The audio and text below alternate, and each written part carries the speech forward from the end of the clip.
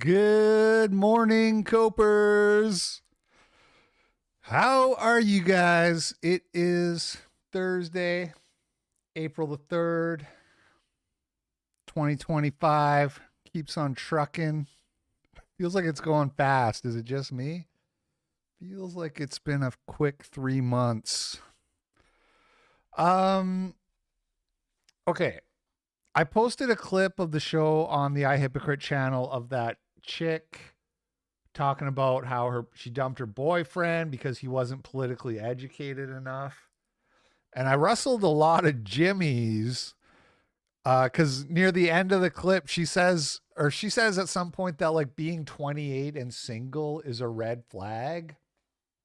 And I was like, I don't know, that's still pretty young for a guy, but like 35, yeah, you should be married at 35 and if you're not, you're kind of a failure. A lot of people really angry about that one. Oh, well, yeah, why would I get married when these are the kind of women that are out there? Or, well, oh, yeah, I really want to lose half my stuff. The usual copes. And it's like, look, man, first of all, I'm just saying kinda, you know? Look, man, I didn't get married till 38, first of all. So it's never like me saying I'm better than people. This is just what I think. This is just sort of how I see things. Where you're supposed to be at in life at certain ages, you know? But just because you turn 35, you wake up on 35 birthday and you're not married, it doesn't mean you're a loser for the rest of your life. You can always get married later and start a family. Guys can like start a family at like 55, but it's not ideal. But you can do it, but it's not ideal. Sir Thomas Drake says he was 42. Yeah. So look, man, and also the other thing is like it's also just kind of an arbitrary gray area. Like the reason I said 35 is because you're not really young anymore at 35, whereas at 28 as a man you are still pretty young. Yeah, it's just and look, man, objectively, if you don't have children, then you are sort of objectively a failure from a genetic viewpoint, right? From a biological life wants to reproduce itself, your biological imperative, if you're a well-adjusted biological organism, is to reproduce yourself. So on that basic kind of level, and then if you're going to do that, you should get married because that's the ideal way to raise children, as we know, to make sure not just to create your children, but to make sure that you set them up for success. And I was watching a Stefan Molyneux video though. I want to come back to that, but first, I also posted this study from 2023 that found that being married was like the single biggest factor in determining people's happiness. So this is like a big survey where they ask people how they would rate their happiness, and then they analyze the data and they do all these controls where they see what makes the difference. Is it how old you are? Is it how wealthy you are? Is it being married? Is it being a certain race? They look at all these things, right? And what they found was that married people are the happiest. Like that's the biggest factor. Wealth is the second biggest factor. So the second best thing is to be wealthy, according to this study. But I posted this and just, like, I just want to give you guys an example of like how people get so fucking mad, man. And it's never married people coming in and being like, nah, this is totally wrong. I hate my wife. I hate my life. I hate my kids. I never should have gotten married. That's like a meme that you see on Jewish television, but you don't really like hear that from people in real life. But people will swear up and down. People who are single will swear up and down that everyone who's married is miserable. Look at this. I can't think of a single person I've ever known who was thrilled with their marriage. At peace with it, maybe. Accepting at best. Yeah, so at best you make peace with it. But nobody's happy. Nobody's ever been happily married. These reports on studies are so stupid. Show me the study and the sample population. Show me what he asked, and if this had to be a combined response from the married, else it's just cheap propaganda. I'm pro-marriage, but not as a tool of salvation for some, but as a formality. Well, the link is right here, guys. The link to the study is right fucking here. And there's so many comments like that. And then, hold on. Then this is actually an article about it, but the link to the studies in the article, which is right here. So this is from the General Social Survey. I looked up the sample size. It's about 3,000 people, which is a very good sample size for a survey. Sorry to have to tell you, but that's considered more than you need to get an accurate sample. What do they say here? Being married is the most important differentiator, with a 30 percentage point happy unhappy gap over the unmarried. Income is also important, but the paradox applies. The rich are much happier than the poor at any moment, but income growth doesn't matter. So you don't become happier when you make more money. Education and racial differences are also consequential, though the black-white gap has narrowed substantially. So they've been doing this since 1972. Historically, white people were happier than black people. It's self-report again. So yeah, you can always take it with a grain of salt. But that gap is narrowed. Black people are reporting happier now than they used to be. Geographic, gender, and age differences have been relatively unimportant, though old age unhappiness may be emerging. Here's a good one. Conservatives are distinctly happier than liberals, as are people who trust others or the federal government. Anonymous sent $5. Marriage used to be a covenant between you, your spouse, and God. Now, it is a covenant between you, your spouse, and the state.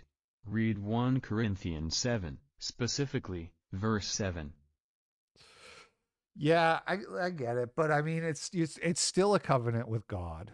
You enter into a covenant with God. The state can't stop you from doing that. The state can't say like, no, we trump God. Okay. But you have to have a godly woman and be a godly man. So this is the thing I always prescribe is like, you should be a Christian. You should find a Christian girl. You should go to church. The woman you marry should be church going before you marry her, ideally. And you should be like a conservative. And so then the reason people like that are happier is because that's a formula for success. Okay. So I always like say this, and then people will be like, "Oh, look at these people. They got divorced," and it's like they're not doing the formula to begin with. What kind of retard trust this? Yeah, so this says people who trust the federal government are happier than people who don't. I mean, look, man, I've also warned against going down the conspiracy like rabbit hole. You know, if you're obsessing over like the fucking elites like ruining your life and shit. Sir Thomas Drake sent $10 vibe chat. Thank you. Now I just want to go listen to 90s alt punk. What do you call that? You know, the kind of, I guess it's just kind of punk, but anyway. Blaming your problems on other people. Yeah, I'm not saying you should love the government, but it's not something that you should obsess over by any stretch, right? You shouldn't be obsessed with how shitty the government is. That's just it's not a formula for happiness. It's not a formula for success. The happiest people and the most successful people are the ones who view it as their job to make sure that things are good and not other people's job. And we'll come back to that when we get to the Molyneux thing, but I just want to look at these comments here. There's not very many. Did they ask while the missus was listening? Female study, put it in the trash. Married men have more money and are taller than single men. Wow. So if I want to grow a few inches and get rich, I have to get married. Ha ha. Bad logic. Have you considered that correlation is not causation? And I posted it on Facebook, and it's the same thing, man. It's just like endless copes. Look at this. You have to accept all cookies to open a PDF of the actual study. Not going through all that just to dissect the methodology. My brother in Christ, dissecting the methodology of a study is way more work than accepting a cookie. What are you talking about? What are you talking about? Sad that some people have to find their own happiness in others. It's just so much cope, man. Like, yeah, nobody like, nah. Oh, you have to be married to be happy. That's pathetic. I bet this guy is like really fucking happy in his day life. You can tell just by the way he writes. Dude, somebody on the video, they said like, oh, like they said that I'm miserable in my marriage, and I like it, and the reason I say you should be married is because misery loves company. You know what I mean? Like they make up these head canons. Anyway, I listened to this Stefan Molyneux video yesterday called "Stop Whining," and I haven't listened to Molyneux in like probably like 2 years since the last time I watched one of his videos.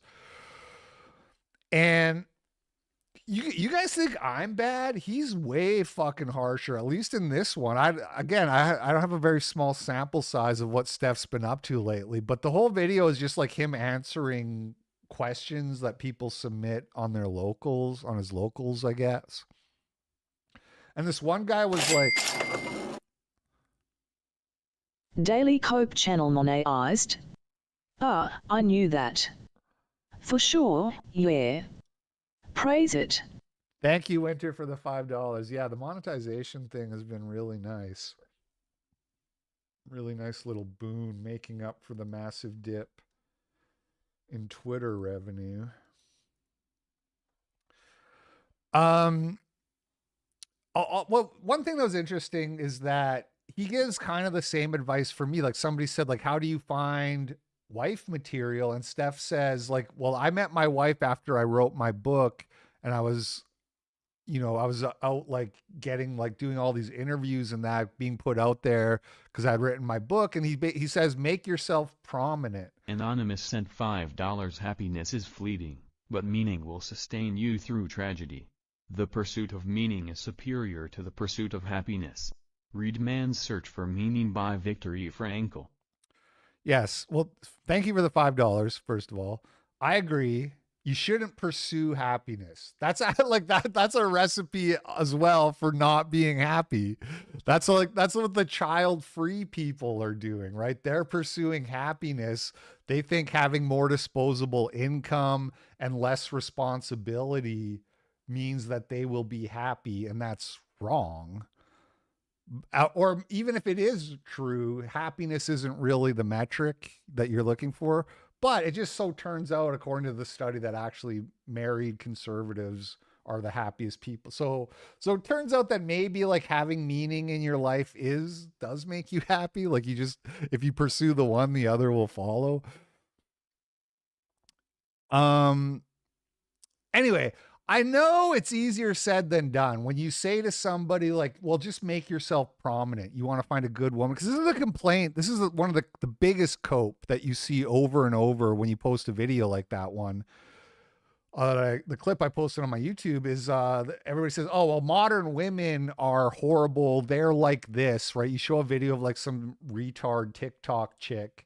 And then guys say, well, this is why I'm not married, because this is what women are like now. And that's not really true. But if you make yourself prominent, women will come to you. It's easier said than done. This is why I always say step one is get off the weed, either get off the video games or at least get it down to a dull roar with the video games. Thank you, OMG Trey, for the $10. Appreciate it. And the reason this matters, right? And the porn, of course, goes without saying. You got to get off that. Is because yeah, making yourself prominent, whatever. And I don't think that's the only path, but when you're just playing fucking video games all day, you're not doing anything. You're never going to make anything of yourself. It doesn't have to be like write a book. It could be learn to play the guitar, and then you go camping with your friends, and then you play guitar, and then some chick is like, "Oh, that's cool. That guy knows guitar." Just do something, man. Do something productive. But if you have to get off your ass. You have to be motivated by boredom to go do something. If you have video games as like your escape. Peter Griffin sent $3, Lois, with that was the Ethan Ralph voice. And ye stop smoking the weed, it turns you into a zombie. Yeah, thank you. If you have video games, and especially this goes like quadruple if you're combining video games and weed, you'll never be bored. You'll never feel bored. You'll also never be fulfilled. But you'll never feel bored, and so you'll never get off your ass. And so that's why I say that. Anyway, I don't want to keep nagging about this, but it's like I give this advice just trying to help, and people get so fucking mad in the comments and that. And it's just like, dude, I'm telling you, man, there are good women out there. I'm telling you. Oh, another thing, last thing about this. And this is the same thing that happened when I when I re-uploaded my Incels Can't Explain This video. Mr. Bliss Chillin sent $3 in studying theology and give you a framework that will help you reveal the truth to a woman. Didn't get to watch live Monday and Tuesday, so just wanted to say welcome back, nigga. Studying theology, yes. But you don't have to like go to fucking what do they call that? What's the school where you go? You don't have to like be like you could like listen to Stone Choir podcast and learn a lot of theology without. It's not even like a lot of effort. Thank you guys for the donos. Thank you, Buff Incel. A lot of donos this morning. It's weird like that. You have a slow day and you just never, and then you have a lot, and you just never know. But thank you, everyone. I appreciate it. People say that that everyone's single because the dating market is completely fucked, right? So they say like, when I said, if you're 35 and still single, you haven't started your family yet, you're kind of in failure territory. Somebody says, "You're such an idiot. That's the status quo." That's what he says to me. That's the seminary. Thank you. That's the status quo, to be single as a 35-year-old man. And I just thought, is it? I bet you it's not. Let me Google it. And for 35-year-old men currently, also let me note one thing, which is that status quo doesn't equal good. So even if it is the status quo, that doesn't mean that's the way it should be, but it's also not. The majority of men either are married or have been married at 35. It's like, right? So the metric is ever married, and it's like 59%, which isn't a massive majority. And yeah, some of those people are divorced. The thing is, though, is even the divorced guys, you can at least say that they put their cards on the table. You know what I mean? They went in, they bought in, they tried, they gave it the old college try. Yes, divorce is its own kind of failure, but to me, I think a guy who's divorced, it's like more respectable than a guy who never got married. That's what I think. Anyway, it used to be 90% in like, not that, I think in the 70s, right? So every guy used to be married by this age, or 9 out of 10 guys. So it used to be the status quo like that. Anyway, it's not. So again, people have this sort of weird incel, terminally online. When I say incel, I mean like they're deep into the theory of lookisms and the 80-20 and how it's only 20% of the men who are actually having sex. And it's like, it's not true, man. It's not true. Most guys actually get married. Okay, so it's not the status quo. Anyway, you get the point. You get the point. Oh, one last thing about Stefan Molyneux that ties into the next thing we'll look at here. One of the people asked him, they're like, you know, with hiring practices the way they are, the job market is so bad. Like, I don't know what to do. And Steph just, you guys think I'm harsh? Steph just like loses it on this guy. And he's like, you whiny little bitch. Oh, the job market's not good. And then he's like, start your own company. Just, I don't want to hear it. Just start your own company. Make your own job market. What are you doing? Be an entrepreneur. And he's like, he's so harsh with it. And then again, same with the women. He's like, well, just write a book and become prominent. It's funny, but it's also, the thing is like, it's not wrong necessarily. Yeah, not everybody can be an entrepreneur. Not everybody can write a book or whatever. But the real core of that mentality is like, stop waiting for somebody else to like save you or fix your problems. Stop blaming your problems on other people. I know people don't want to hear that. The economy's bad. Oh, I can't afford food, LP. Well, look, that sucks, man. I'm sorry, but complaining isn't going to do anything. Like, have you tried working at Panda Express? I know that's how I sound when I say it sounds like I'm telling you to go get a job at Panda Express, but I'm just like, I don't know, man. What do you want me to do? What do you want me to do? Yeah, just build your own society. You don't like the dating market? Build your own civilization. Okay. Anyway, the entrepreneur thing ties into this video I saw here. And it's funny how different they are, where this guy is like, if you tell people to be more entrepreneurial, you're sick. Okay, so let's hear him out here. I come from East London, okay? My friends can't feed their kids, okay? And if it was as simple as going out and being an entrepreneur, I can bet you they would do it. I can bet you they would do it. I'm sick of multimillionaires telling kids who can't afford to turn the heating on, you just need to be more entrepreneurial. It's sick, Dan, it's sick. But this gives people mental illness. It gives people mental illness. Tell them it gives, man, I didn't know I was making you guys mentally ill just now. That's my bad. I haven't watched this yet. Truth, okay? Your older generation, we took the opportunities, and now it is almost impossible to get out of poverty. And don't just stand up there and wave, your millions of pounds in front. I wonder if you can sue millionaires for your therapy costs because they told you to be an entrepreneur. Of them and say, if you were entrepreneurial like me, you could do it, you could have it, because it's sick, because they can't. They can't feed their kids, Dan. They can't turn the heating on. Don't tell them to be more entrepreneurial. Fix the system that drives more and more and more of them into poverty every generation. This is like this empathy porn or something. Like, oh, these other guys want to tell you to take life into your own hands, but I feel so bad for you, and I recognize that actually life is hopeless, and you need to just sit around and wait for somebody to save you, because you're not going to fix this. When I say fix the system, I mean somebody else. Please fix the system. I can't afford heating. So it's the two different mentalities, right? Yeah, the system has fucking problems, obviously.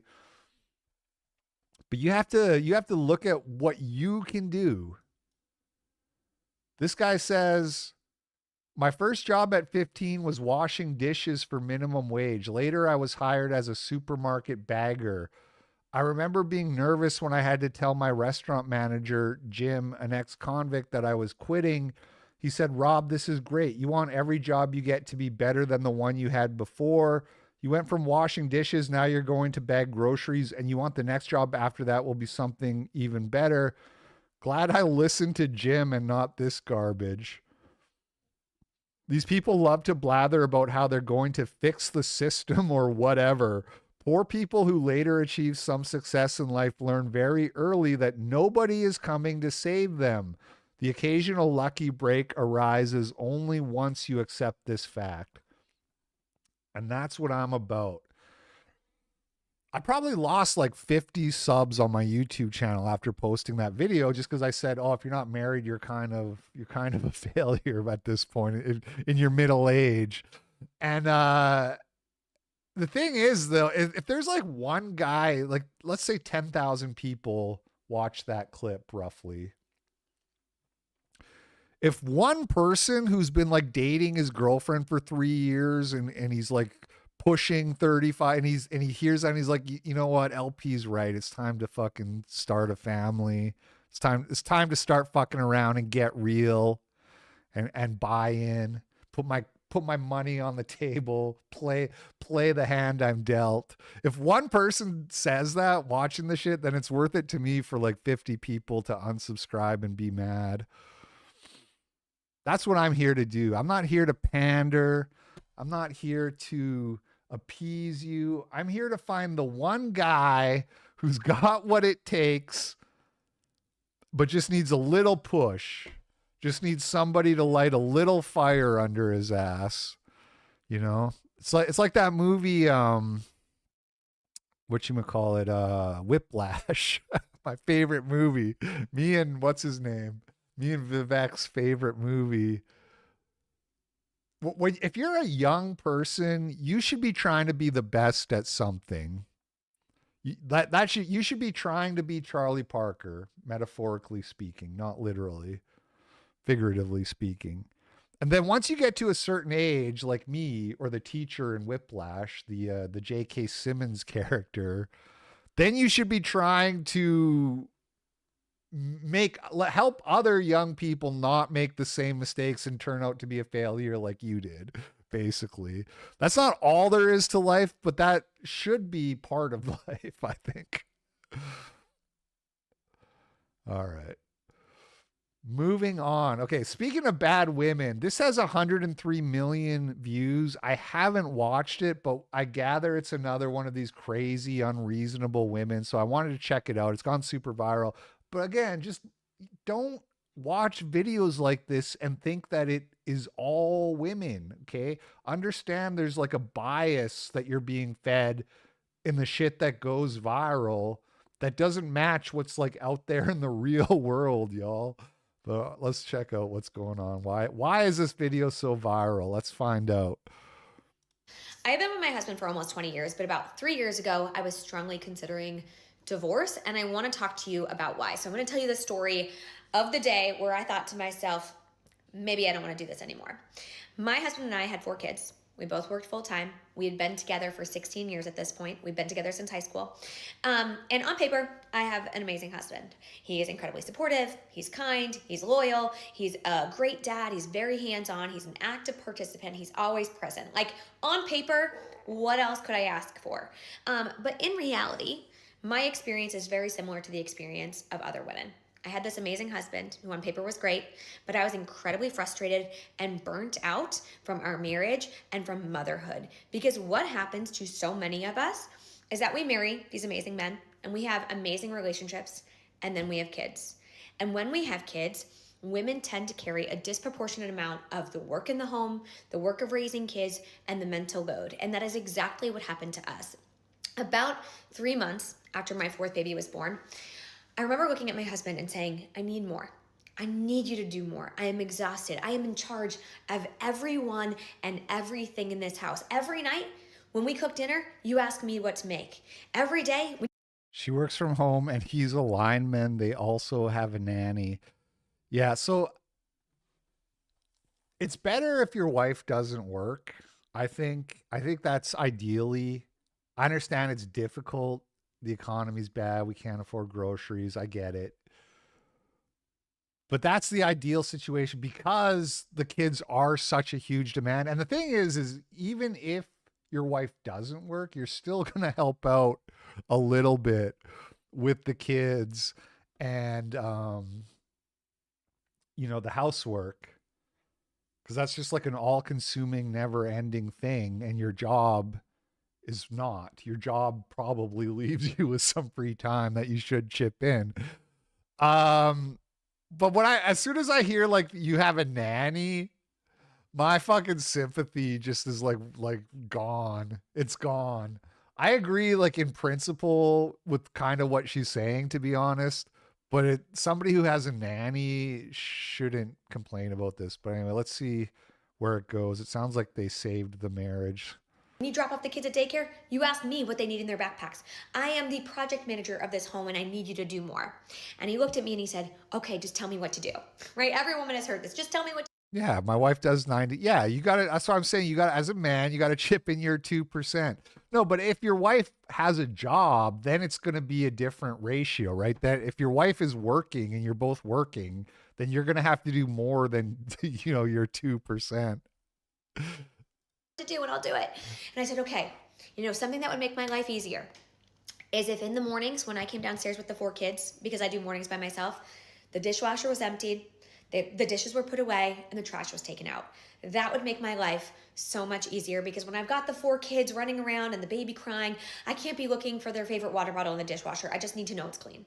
And he See, I said this before. I said it when we watched the Steven Crowder video, but this is a problem that men have where you get into a relationship with a woman, she's emptying the dishwasher, and that you're probably taking out the garbage, hopefully, as a man, but you're probably like never emptying the dishwasher. You're not like wiping down the counters and vacuuming and shit like that. But then what happens is the kids come along, and then the demands on the woman's time are much greater. And you can't get stuck in that mentality, which is like, I am a man, therefore I do not empty the dishwasher. That's a bad mentality to be in for the sake of your marriage. And actually, like, emptying the dishwasher is actually pretty fucking easy. Like, a lot of this stuff, like, I'm on eggs, right? And like for breakfast, I switched from cereal to eggs, and my wife, she makes the eggs, but she didn't make the eggs yesterday. And I was like, hey babe, I need more eggs. And she's like, no. And like a little part of me was like angry, like, what the fuck? I can't even get my eggs. And then it's kind of think to myself, like, it's easier to just make the eggs than to be angry. That's the mentality that you got to learn if you want things to be successful, if you want things to work. If she can't make the eggs because she's totally, I mean, look, when it comes to my wife, she's not lazy at all. She's constantly doing shit, constantly looking after the kids, constantly cooking, constantly cleaning. Maybe it's different if your wife is sitting around on her ass watching soap operas and drinking wine all day. But if you have a wife like that, and then she doesn't do something on time for your schedule that you expect, just do it yourself. Just don't get angry. It's not that hard. Making some hard-boiled eggs is not that hard.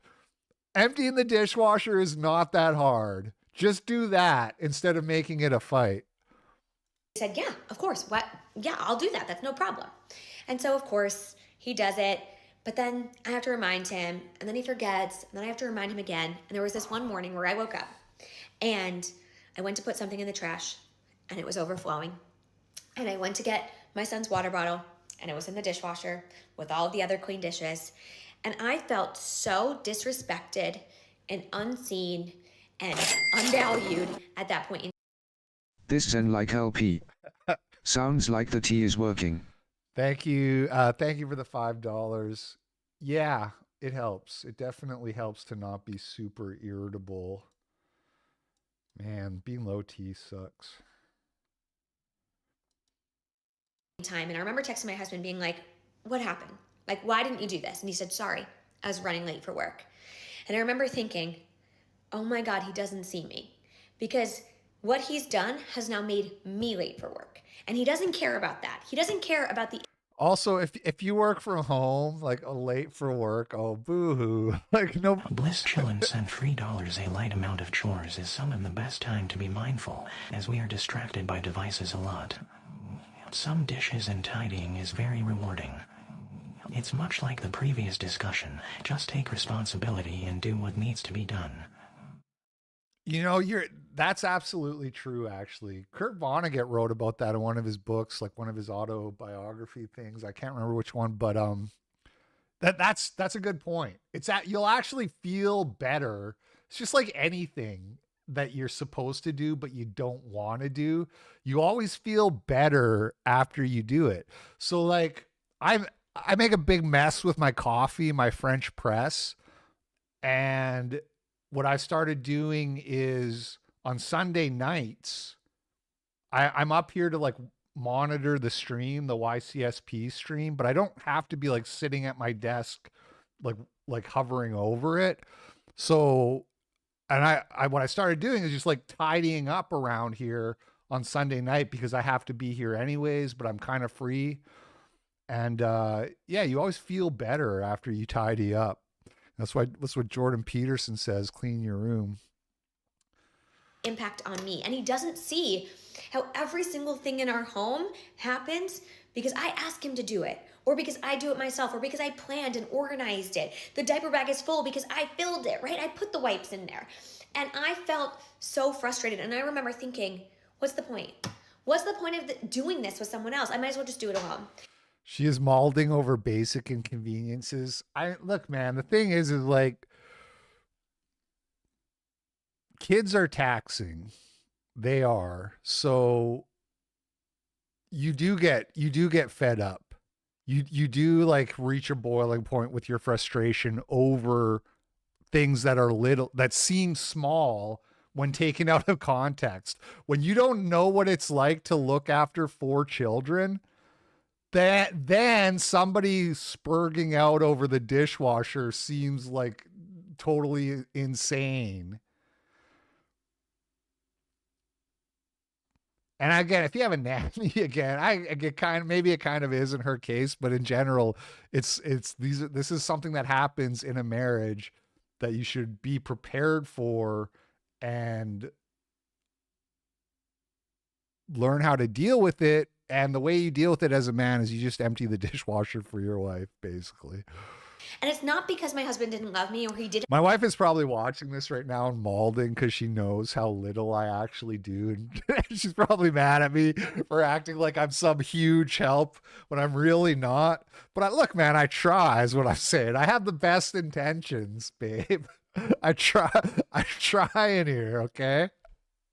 Anything to me, and it's not because I didn't love him, but because I felt so taken advantage of in our relationship. And this dynamic, it doesn't happen by accident, right? It's not like my husband did it to me, but we've been raised in this society that tells men and women who they should be in marriages and what it looks like to be a good mom versus a good dad. And we know the bar for moms is way up here and the bar for dads is way down here. And we fell into these norms. We fell into these roles in our family despite the fact that we never wanted to.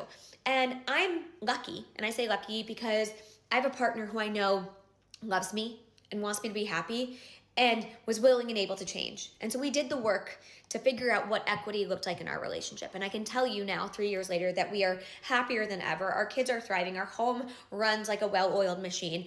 And that took a lot of work. I want to say it took like 18 months to get there. And it was well worth it. But it is not uncommon. And so if your wife is coming to you and she's saying, I'm burnt out by the mental load and I need you to do more, she's not just saying that because she wants you to do more chores. She's saying that because truly it can hurt your relationship. It can $3. Try harder, nigga. Thanks, babe. ruin your marriage if you do not participate in an equitable way in your home. And so what does that? He's underfucked. That's that's like Rollo Tomasi's burner account. So that's Andrew Tate's burner. Look like? What does it look like to change these dynamics? Well, we need to really assess in our homes what the work looks like. Because in most homes, the data supports this, women do a disproportionate amount of work. They just do. I thought Jude N. Peterstein said to wash your peanuts. Oh, Algo. Thank you for the $5. They do more of the cooking and the cleaning and the laundry and the childcare while also working full time. And men have more time for things like their hobbies, like golf, for example, or just working out, running a marathon, right? And so we need to have hard conversations about what our time looks like, what our labor in the home looks like, what is invisible labor. We have to talk about these things. And when we don't, The alternative is that you no longer have a marriage, or you don't have a happy one at least. And so I share this story because I don't think I'm alone in this experience, and I want people to know that there's hope, and that if you have a willing and able partner, you can change this. You can absolutely change this dynamic. All right. I mean, it's more or less good advice. I more or less agree with what she's saying. There's like a real gender divide in the way this has been received on Twitter. Like I see all these women I follow quote tweeting it and being like, everything she's saying is just like total basic common sense.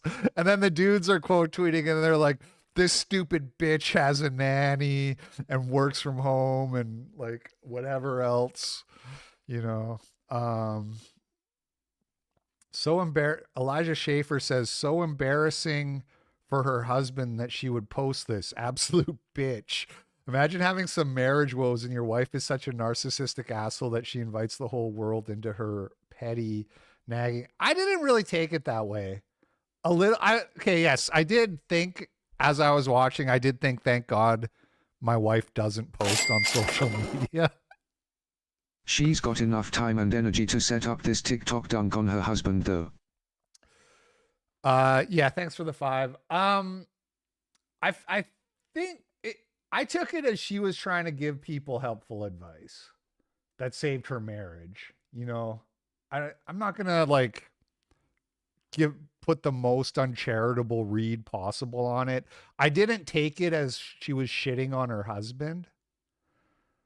I took it as she was like trying to give advice to other men that they should be like her husband. And when your wife comes to you and is like, hey, I'm not happy, listen to her and try to work on it.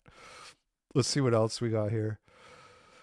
Google her handle. She's very easy to find. Her work from home job is simply being an influencer. She's been busted promoting payday loan scams and openly encourages her followers to take on debt to live the lifestyle. She's a former adult online entertainer. She also has a full-time housekeeper, a full-time landscaper, a pool boy, and a live-in nanny. So the whole screed about chores and kids is pure baloney. Meanwhile, her husband is a lineman working 60 hours a week. She's a grifter, plain and simple. What is lineman like? You work on a line in a factory? What? It's like a football position. Oh, a tradesperson who installs, maintains, and repairs electrical power. Got it. She promotes payday scams. Hold on a sec. Hold on one sec. Very interesting. One more observation in my Jew log. Yeah, I didn't know the job was being an influencer. That's not a real job. That's not a real job. How much does she make versus how much does her husband make? Let's see the books real quick. It's funny because I'm an influencer, get it? For clarity, I'm not talking about Candace Horbox who posted this tweet. I'm talking about the subject of that tweet. Right. What is funny though is that Candace Horbox is also a former adult star. This is the chick who was on Trigonometry. Life to be happy. That's not it. But anyway, we looked at this clip. Oh, we're going to talk about this story too. Don't worry. They're all former prostitutes, all these influencer women.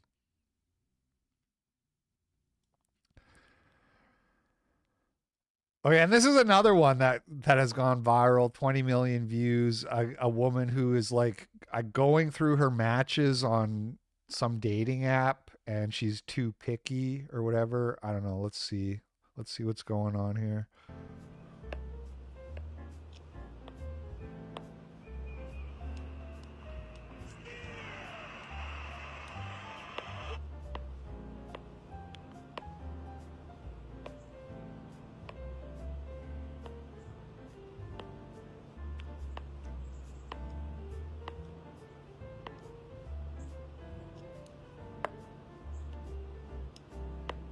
What was wrong with that guy?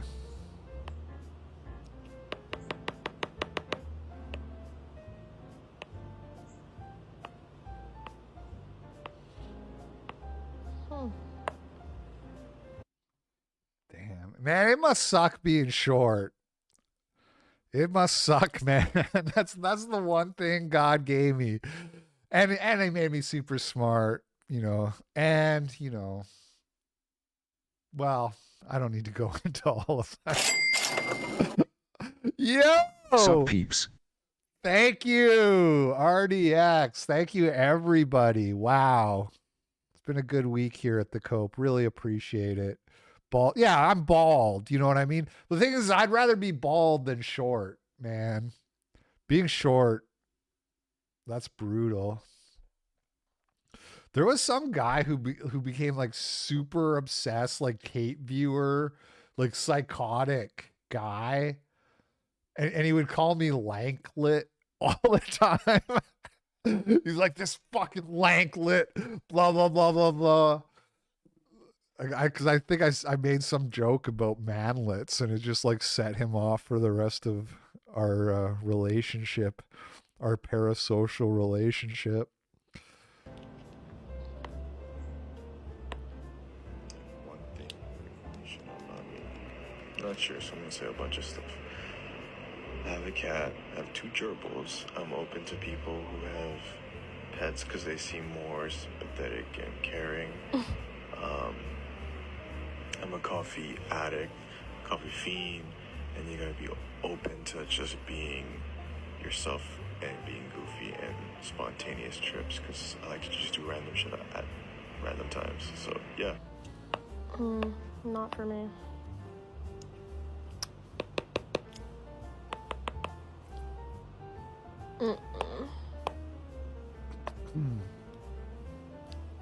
What was the problem with being 28? This is Hinge, huh? Take this, right? Take this and compare this to my re-uploaded stream called Checking My Tinder on Valentine's Day. Women get like options like this where they're like good-looking guys with jobs and smart dudes and got their shit together, but they're too short or too young, too old. I don't know what the deal is with the 28. Yeah, the tap. I'm not a fan of the wand or whatever you call that. But it's night and day. It's night, and this is why dudes get so salty, because they see how unfair it is on the dating apps. But again, you shouldn't like look at dating apps as the be all and end all of everything. Shouldn't even use them, really. It's just not worth it as a guy. And if you're a woman, I don't know, whatever.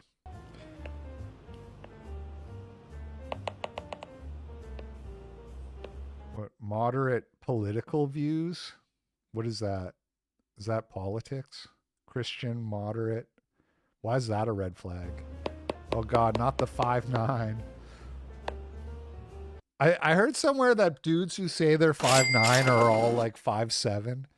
As 5'5" manlet mixed Cubano and redneck, it's not that hard. People say I look Mediterranean. God bless all. P.S. Hopefully son had good birthday. Yes, we did have a good birthday, and thank you very much for the $5. Yeah, hey man, you gotta play the hand you're dealt. Whatever it is, you just gotta play the hand you're dealt. Oh.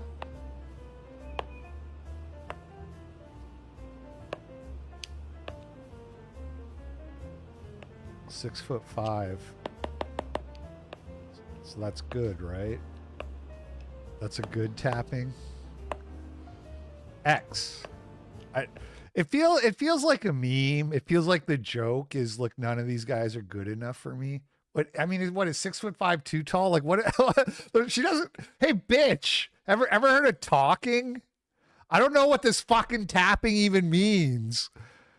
Maybe women watching this, they all just intuitively get it. I don't even know what the fuck she's trying to say.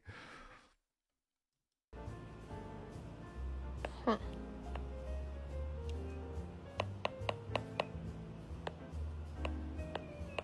Huh. Aww.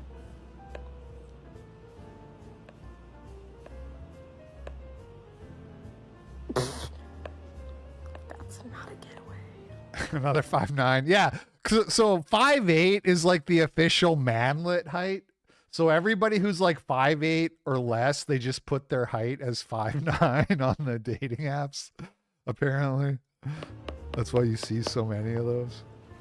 It's also roughly average, so it's not that weird. They're probably not mostly lying.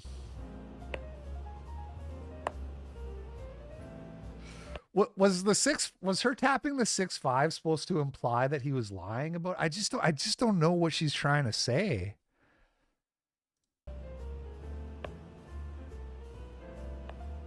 This goes on and on. I think we get the idea here. Not political. She's just like that blonde chick from the other video. All my friends are gay. Women's rights.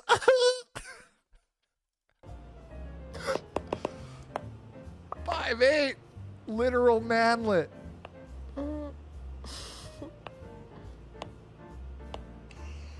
Alright, number 1, when I was young, I was hit in the head with a ceiling fan. Number 2, I was stung by a stingray when I was at the beach when I was 12. Or number 3, my first job, I worked on an island. I worked on an island? What was your job title? Island worker?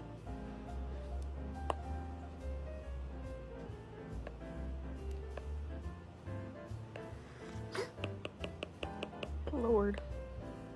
The jazz piano is kind of a vibe, though. I'm not gonna lie. I was ready to click off of this, but it is kind of relaxing with the music a little bit. Ridiculous amount of money on this thing, and I'm gonna show you why. It just makes sense. Dude. Oh, no, man. I mean, you know, whatever. Maybe some chick out there, that's what she wants to see. But I think generally speaking, this isn't what women are looking for. How cool is that? Okay. Cut my life into pieces. This is my last resort. That one's actually funny. No at least. breathing. Don't. He seems like a funny guy. Like, I'm sure that the video is like partly ironic too, and he's trying to find a chick who doesn't take herself too seriously. I guess it's all right. Fuck if I cut my arm bleeding. Da-da-da-da-da-da-da. Too old, I guess. Okay, everybody was saying what happens when a black guy shows up. It would be so funny if she like instantly hit the X without even scrolling. That dude fucks. Yeah.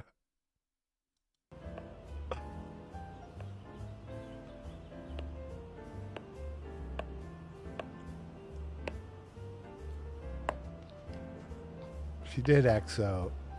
I think it's part of the bit is just Xing out on everyone. We got a military guy here. Let's look at one last one.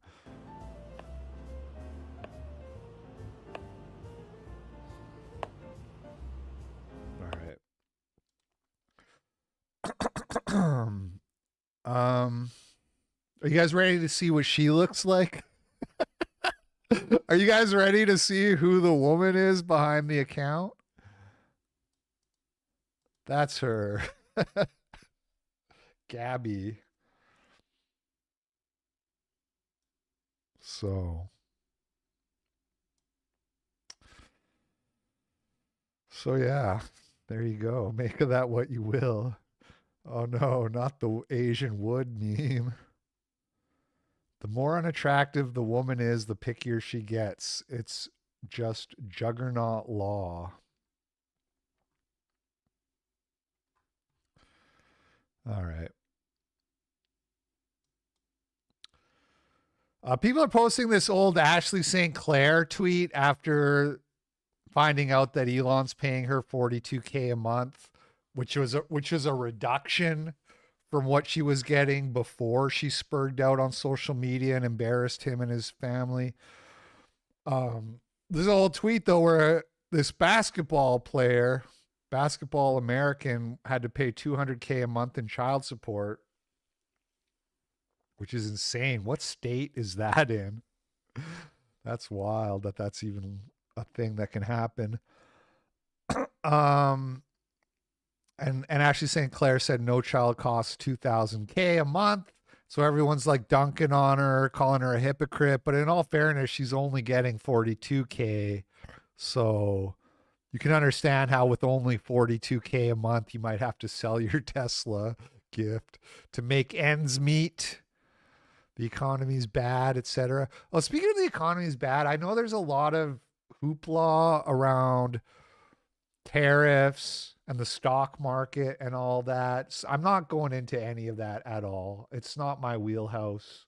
I have nothing to say about it. So if you came here this morning hoping to have the economy explained to you and what's going to happen with the tariffs and if I'm pro or con or whatever, sorry to disappoint you, but that's just not a topic that I'm going over at all.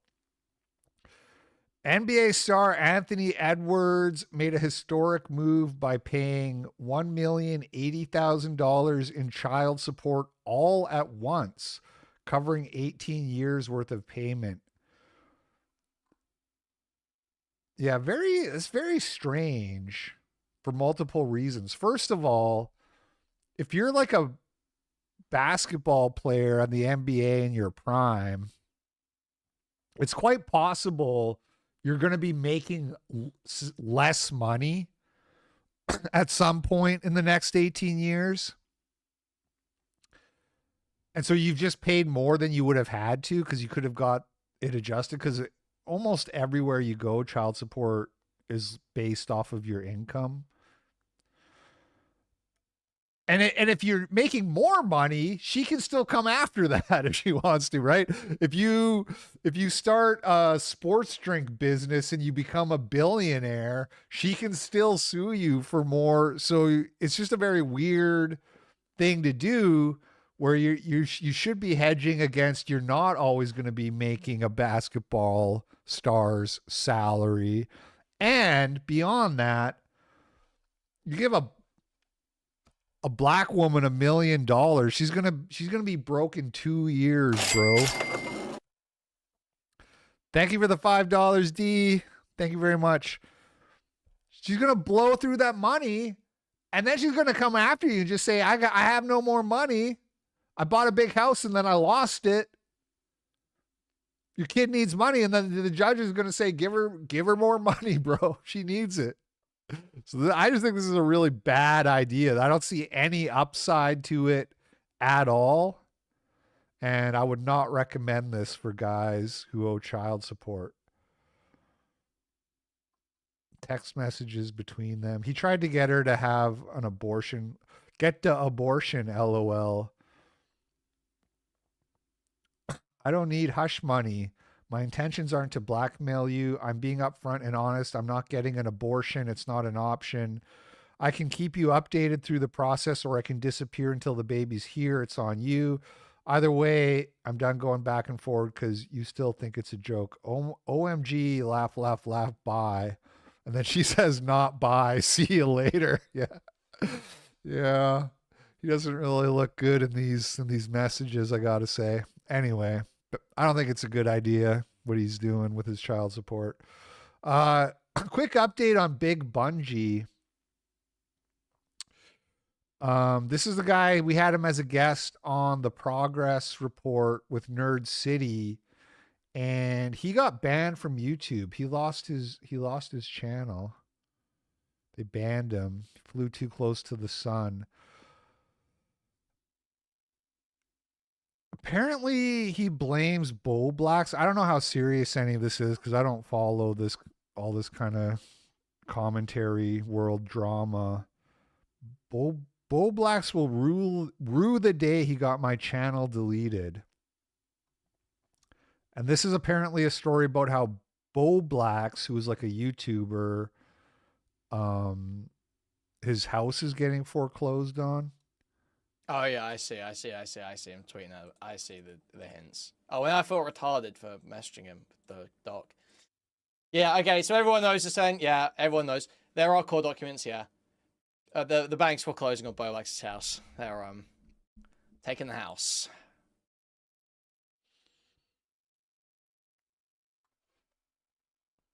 Court services online. It says certificate of pending litigation.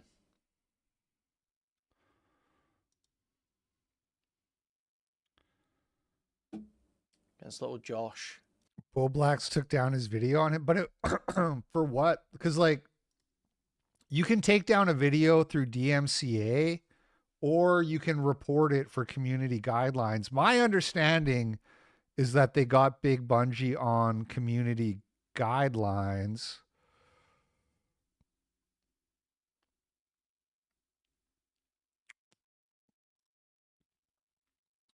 Yeah, Bo Black's snuff tape didn't follow community guidelines. It didn't follow, so harassment. Yeah. I you know, bro flew too close to the sun. Yeah. You can't take somebody's video down for community guidelines. You can just report it. And then if YouTube decides that you broke the rules, and also anybody can report it. So it doesn't mean that Bo Blacks was the guy who reported it, unless he said he did. That's really the only way you can know. Or you mundane Matt him and you get him to show his report history live on stream and ruin his reputation for all time. Now, wait a minute, Matt. No. Okay. This guy, we talked about this on Tuesday. Man jailed for leaving kids at McDonald's while attending job interview. Sent $15. Oh, hey, Mandelbrot. Thank you, man. Nice to see you. You used to usually only seeing you during YCSP. Appreciate it. So this guy left 3 children. The oldest was 10 and the youngest was 1 at a McDonald's, got arrested, told the police it was for a job interview. And people started defending him and saying, oh, why would you, like, why would the cops do this? Why would they arrest him? He's a good boy on his way to church after the job interview. He's trying. This is a guy who's trying. He needs help. We should be helping him. AB, who has 2.5 million followers. I don't know what this guy's deal is. He does like crack of the day and nigga of the day or something. I've seen him on Twitter a little bit, but he started a GoFundMe for the guy to raise money. He says, I've partnered with GoFundMe to help raise money for Chris. Leaving his kids wasn't right, but not everyone has the money or help for childcare. Chris was on the pursuit of happiness, and sometimes people just need help. Is this a TV show, or is this just a weird way of saying like he was trying to live the I don't know. Anyway, I will be donating $1,000. So here's the GoFundMe. $80,000 raised. When I saw this yesterday, it was at $72,000. And spoiler alert, he lied about the job interview. There was no job interview.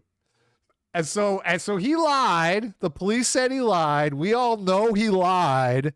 And people are still giving money to the fundraiser for a guy who literally abandoned a 1-year-old child at a McDonald's. Why? We don't know. Was it to go smoke crack? Was it to go commit an armed robbery? Was he just abandoning them there? The way black fathers are wont, as is their wont. I don't know. Let's see if there's any motive given here. So this is the Lisa Elizabeth tweet we looked at yesterday. This has 2 million views now, where she says like, hey, he was trying, we should help him, blah, blah, blah. And then she posts the update here. All right. Augusta police say the dad who left his 3 kids at McDonald's wasn't on a job interview. He left his kids alone for an hour and a half. Mom got called to restaurant 2, wasn't happy.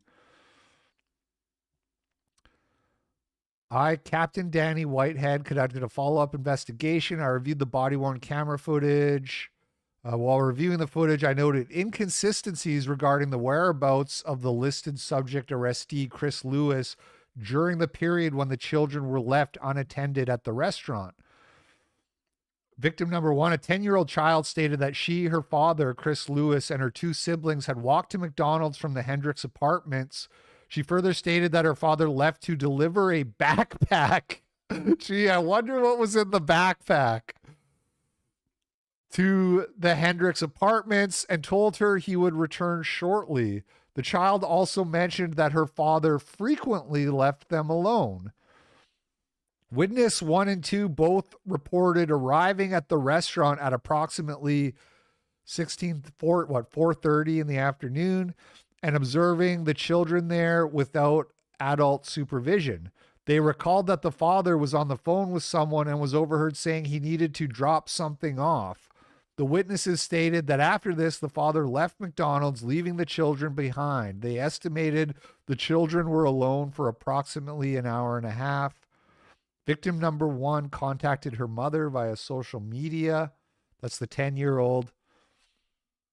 The mother, Lisette Pichardo, arrived at McDonald's at approximately 6:12, so 90 minutes later, roughly, a little bit more. She advised that Mr. Lewis was supposed to deliver a backpack to her mother at the Hendricks apartments and had been told that he must take the children with him. Pichardo immediately called Mr. Lewis, who answered and stated that he was on his way back to McDonald's from the Hendricks. He arrived at the McDonald's at approximately 6:18. Still in possession of the backpack, he told Miss Pichardo that he had been trying to find her to give her the backpack. Miss Pichardo reminded him that he was not supposed to leave the children unattended. Lewis claimed he and the children were at McDonald's earlier that day because he had filled out a job application at the West Bank Inn located adjacent to McDonald's and was waiting for a callback for a possible interview. He said he left to deliver the backpack to the Hendricks, but during that time he lost his ID and another card and had been retracing his steps to find them. To verify this, I visited the West Bank Inn and spoke with the manager. She confirmed that Mr. Lewis came in and completed a job application. Okay, well, that part's true. She also conducted an informal interview with him on that date. When asked if Mr. Lewis would be expecting a Easy baby sent $3. He didn't want to share the fried chicken. Trust me, I know it done it, don't I? Hey, we've all done that. Thanks, Yeezy. When asked if Mr. Lewis would be expecting a callback for a formal interview, she stated no. The manager provided video surveillance showing Mr. Lewis arriving at 1:12 and leaving at 1:37. So that was hours before the kids were left at McDonald's. 3 hours. Based on the video evidence and the timeline provided, it was determined that Mr. Lewis was not engaged in a job interview or application process during the time the children were left unattended. Furthermore, by his own admission, he was walking between McDonald's and the Hendricks apartments on foot that period. The distance between those two locations is 0.4 miles. Given the facts and timeline established through footage, body-worn footage, witness statements, and follow-up investigations, it was determined that a misdemeanor charge of deprivation of a minor was appropriate to ensure the welfare of the children and facilitate a review of the matter by the court. This charge ensures that all parties have an opportunity to appear before a judge. Why did he leave them if he just had to walk to the apartment where they... This is the weird thing, is it says like they like came from the apartment. Look, victim number one stated that she, her father, and two siblings had walked to McDonald's from the Hendricks apartments. So they're at the apartments where, I don't know if they live there, but it sounds like the mother-in-law at the very least lives there. Took them to McDonald's, left them there, walked back to the apartment to deliver a backpack. And it just doesn't make any sense why you wouldn't take the kids with you.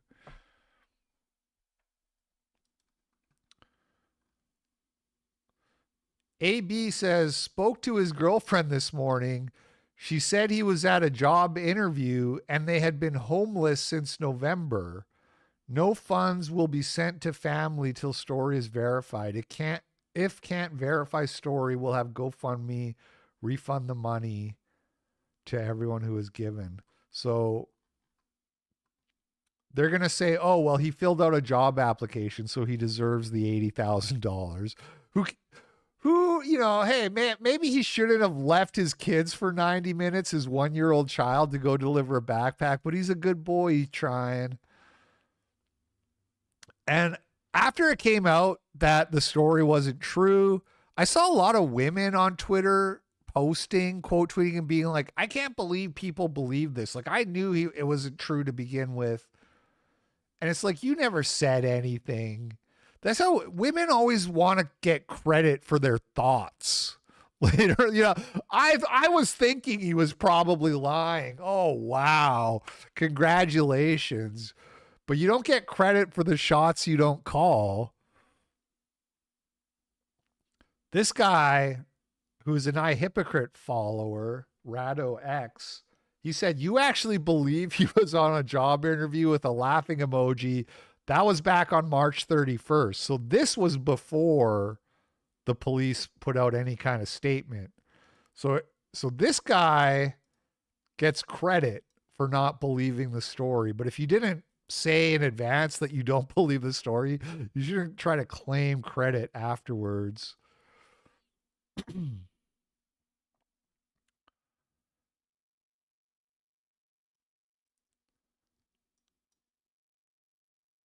And speaking of more news in the black world, 17-year-old Austin Metcalf was stabbed by 17-year-old Karmelo Anthony at a track meet in Frisco. He died in his twin brother's arms. So this was the tweet here that I first saw about this. Karmelo Anthony, 17, has been charged with murder in the stabbing death of Austin Metcalf. The attack happened at a high school track meet in Frisco, Texas. No one will riot. No Netflix series will be made and shoved down our throats. Yeah, and speaking of Netflix, if only this guy had watched Adolescence, then he would have known not to stab other people. We need to get Adolescence out there in the eyes of our teens so quickly. I shouldn't joke because it's really fucked up. When I first saw this and it said he's been charged with murder, I actually thought, oh, is that the guy who killed that one kid outside of the LeBron James thing? What was his name? Ethan Liming? I was like, oh, did they decide to go back? Because it kind of looks similar. No, it's just a different story where a black guy kills a promising young. This is Ethan Liming. This is the one I was like, is that the same guy? And it's like, no, just another guy with a good jawline, kind of frizzier hair. And then I looked up an update on the Ethan Liming thing, and guess what? One of the guys was rearrested just a few days ago. This was published March 31st, 2025. And the father says he wasn't surprised. Now, new developments on a story that we broke Friday night. The man who crashed into a Cleveland home when running from the cops has made headlines before. Thanks for joining us tonight. I'm Jeff Sloss, and Chris Fry has the week off. The suspect was sentenced in a death of a teenager outside of the I Promise school just a few years ago. In a story you'll see on Just One Station, Kelly Kennedy sat down with Ethan Liming's father about these new developments. This is where that police chase ended after the suspects crashed into this home behind me on East 66th and Chester. I've learned CMHA police were after Tyler Stafford. I discovered he's the same man who was convicted of assault in the death of Ethan Liming outside of the I Promise school nearly 3 years ago. When you lose a child Shocker. in such a violent way, it's just absolutely devastating. It changes everything in your life, and it's something you have to carry every single day of your life. And when justice is not served, it compounds all of the pain. Bill Liming says right now his son should be wrapping up his sophomore year at Ohio State, pursuing his dreams of becoming a lawyer. But all those dreams went out the window on June 2nd, 2022. when Easy the baby sent 17-year-old $3 when the chicken grease levels in our blood get low, we get violent. Sorry about that. Think of it as a kind of diabetes. That makes a lot of sense, actually. was found dead in the parking lot of the I Promise school in Akron. It's destroyed our family. Police said the suspects were on the basketball court when Liming and his friends shot at them with a water pellet gun. That's when the deadly fight broke out. Authorities said Liming died from blunt force trauma to the head and that he had been beaten and stomped. They originally Normal reaction to a water gun prank, by the way. Killing someone. charged him with felonious assault and murder. And then they dropped him to nothing charges. If they had, the Summit County prosecutors had not done that, if they would have used the evidence, if they would have been competent, things would have been different. In 2023, Tyler Stafford and his brother were found guilty of assault. Stafford was sentenced to 6 months behind bars. On Friday, I discovered Stafford was the reason for this crime scene in Cleveland's Huff neighborhood. We think our suspect's going to be getting into that brown vehicle. He's a suspect for felonious assault, pistol whipping. CMH Felonious assault, pistol whipping. Man, I wonder what happened this time. Maybe somebody went behind him in a picture and went like this while the picture was getting taken behind his head. Maybe he was at a circus and a clown asked him to smell a flower, then water sprayed out, and so he pistol whipped the clown. Understandable, normal reaction. police say Stafford was wanted for felonious assault. Court records show a warrant was issued on March 20th. Stafford was arrested after crashing into this home. Officers also found a gun. How did you feel when you heard that Tyler Stafford was wanted for felonious assault and then led police on a chase, eventually crashing into someone's house on Friday? I wasn't surprised. Tyler had been arrested just weeks before the trial for my son for 4 felony counts. I just figured he would continue. 4 felony accounts before the murder. Or before the trial for the murder. It's insane. It's fucking insane that, like, libs complain about how there's too many people in prison in America and we throw all, like, there should be way more fucking black people in jail right now than there is. Obviously. Way more. To do violent crimes. According to Cuyahoga County court records, less than 3 months after Liming's death, Stafford was charged with having a stolen gun, obstructing official business, and having weapons under disability. I truly believe that if the justice system doesn't get a spine, then people like Tyler will continue to hurt and destroy other families. Cleveland police are investigating this crash, but CMHA police are investigating the felonious assault. I'm told right now Stafford is still in the hospital. We'll keep you updated as this case progresses. For now, reporting in Cleveland, I'm Kelly Kennedy. All right, so anyways, that's an update on the Ethan Liming saga, not to be confused with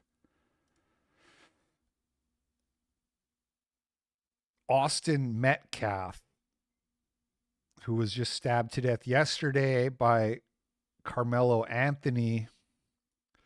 This was a statement put out by the father of Austin Metcalf. He says, "We have got to be kind to each other. You need to show compassion, show empathy, not anger, not rage.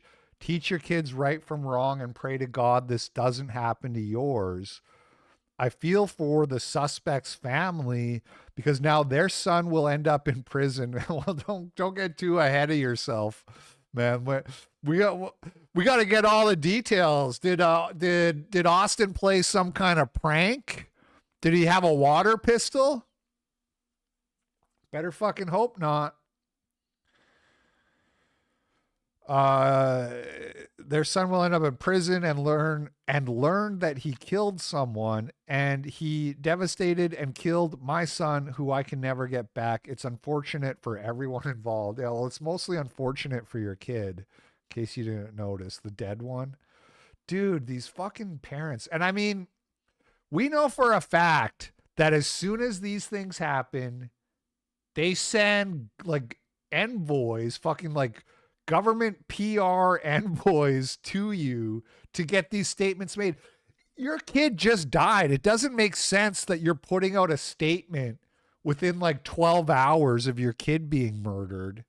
But they come when you're reeling, and they tell you like, hey man, you wouldn't want things to get worse, right? We need to dissolve tensions in the community. And as a man in this situation, you should tell that person to fuck off. I think I can't remember if this was confirmed or not, so take it with a grain of salt. But I think they offer to help with like funeral costs and shit like that. Like they basically bribe you into, let's call for peace and empathy.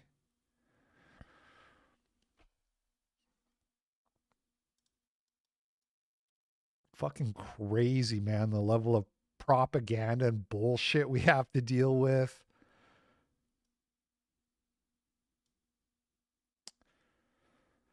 The father said his son was killed. I'm not trying to judge, but what kind of parents did this child have? What was he taught? He brought a knife to a track meet and murdered my son by stabbing him in the heart. Austin's twin brother witnessed the stabbing and tried to stop the bleeding. He died in his brother's arms. They were twins, identical twins. And his brother was holding on to him, trying to make it stop bleeding. And he died in his brother's arms. And I rushed up there, and I saw him on the gurney. And I could tell. They said he wasn't breathing. I could see all the blood. I saw where the wound was. Austin, his father shares, was born 2 minutes before his twin brother Hunter, the two inseparable, as you can imagine. Austin is being remembered as an outstanding student at Memorial High, his football team's MVP, and a young man of faith. His father grappling with loss and forgiveness. I'm not trying to judge, but what kind of parents did this child have? What was he taught? He brought a knife. Yeah, remember when some white kid shot up a school and then they charged the parents?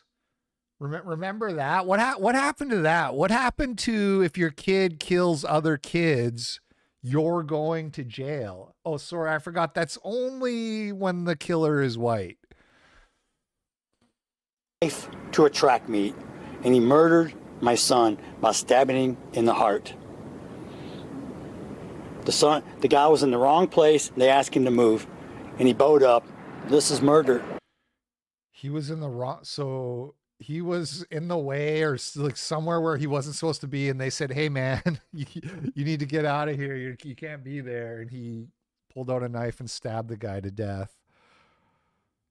Normal again. If anything, being asked to move is almost worse than getting shot with a water pistol. I don't know. I know they have someone in custody. Yeah, we do. And you know what? I already forgive this person. Already? Already. God takes care of things. God's going to take care of me. God's going to take care of my family. Bro.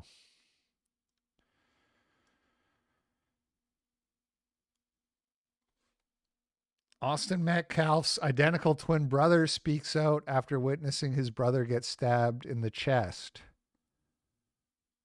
All because Hunter told a thug he was in the wrong spot.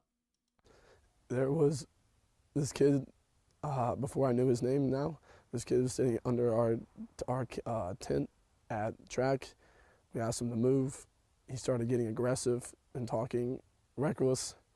And my brother stepped in and said, "You need to move." And he's like, "Make me move." Austin grabbed his backpack. The kid, I tried to whip around as fast as I could, but I didn't see the stab. But then I look at my brother, and then I'm not going to talk about the rest. So just that's just what I saw. And I tried to help him, but it was just something. Judeo-Christian. I mean, look, man, if he's like if he said, "I forgive him, but that N-word needs to fry in the chair for what he did." Gabriel sent I could $3. be like, There was a okay. jig I had class with in 11th grade that shot a white kid from our grade in the head over an ounce of weed. Just ambushed the guy in his car. I sat next to that jig in English. Dude, that could have been you. You see, this is the thing, man. This is the problem. These guys did everything white as far as everything right as far as I can tell. Kid was like a star athlete, good GPA, good student. I think they lived in a nice neighborhood.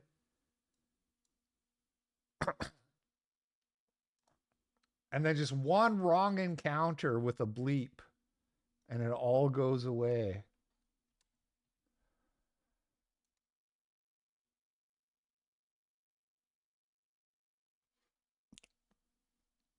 What are you supposed to do? Yeah, I know, like you can say homeschool or whatever, but you shouldn't have to homeschool. You shouldn't have to do that just so your kid doesn't get killed by some black person. It was really senseless. Really, I don't know why a person would do that to someone just over that little argument. It's just crazy in this world nowadays how people just up and do that. Like that man has a family. That man has people that care about them all the time, and he did everything for our family too. He was a strong man. He was a strong kid.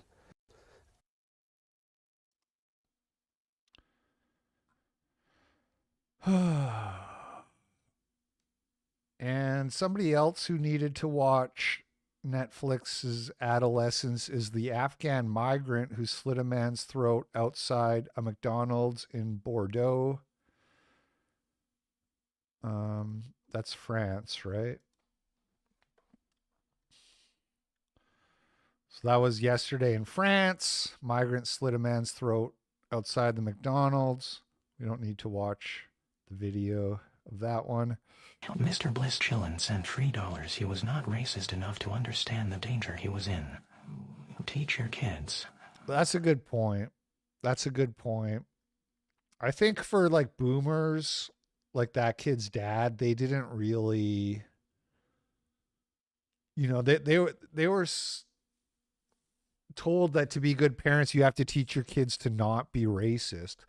Not saying that's like an excuse, but it's what I'm saying is I think that's going to change.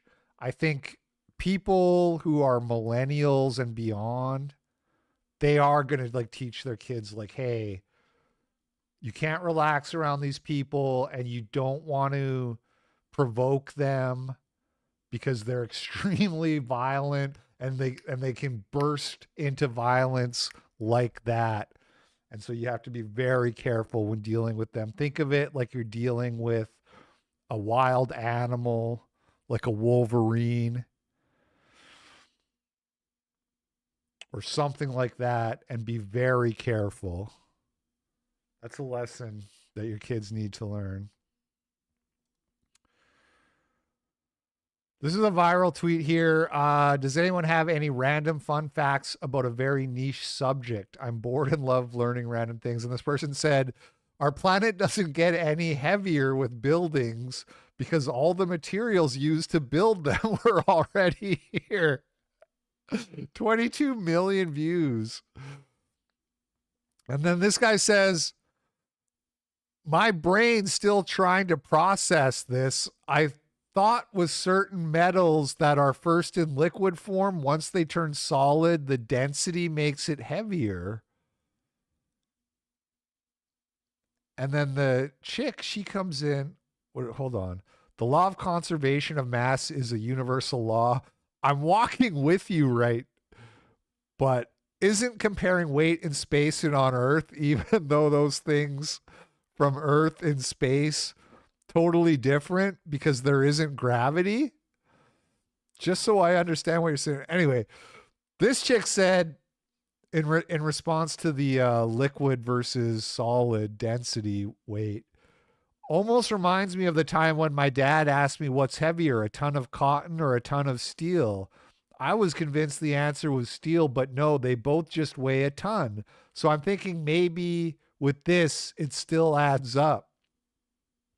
And then the guy says, yes, It's things like this that boggles my brain, because initially you would think a ton of steel would, of course, weigh more. Way is spelled W-A-Y, by the way. I've heard of this scenario before. Mind blown. And then she says, right? I was only like 10 or 11 when he asked me that. And that basically started my critical thinking journey. Both my parents were good for asking the most thought-provoking questions that all these years later still stand out to me. This is a gypsy. Are we headed for a gypsy crusader meme? And then he says, LOL. See, that's what I'd want to do for my minds if I had them. Have them thinking critically, so by the time they get older, it's like second nature to them. Not for real, because you can tell that's what's missing with kids now. Nobody is making them think hard. I drop a riddle and walk off. Don't even have to be my kid. Niece, cousins, my friend's kid don't matter. Facts. LMAO. Do you at least look back to see the confusion building up? Yo, I'm weak. LOL. Bruh. I'm afraid to turn the audio on this clip. Oh, this guy's got me blocked. Wow, you're a genius. Is that unironic? So, little bit of scholarship for you in the morning. Little bit of a scholarly brainstorming. Oh, this was another story that happened over my week off and that I didn't bother to talk about when I got back. But there's been an update, so I thought I would touch on it real quick because it is kind of funny. This guy, Niggy, or at Best Niggy on Twitter, hacked New York University's website, stole all their data on admissions, and then posted as the homepage of their website the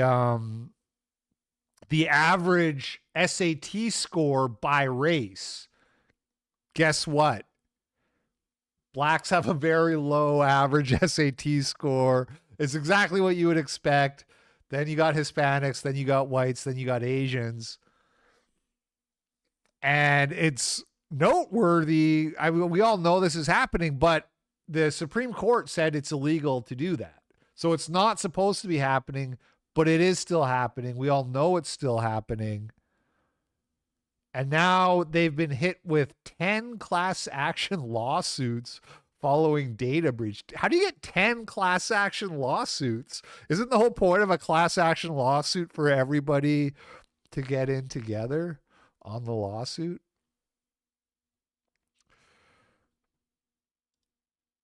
The plaintiffs are accusing the university of failing to protect personal information after a hacker leaked over 3 million applicants' data.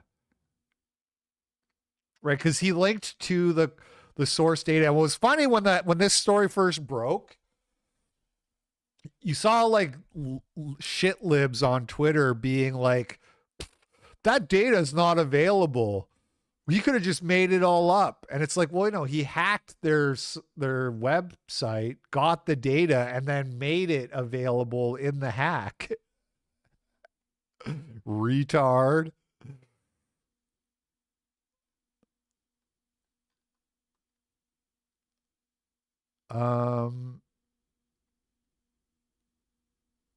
Is this the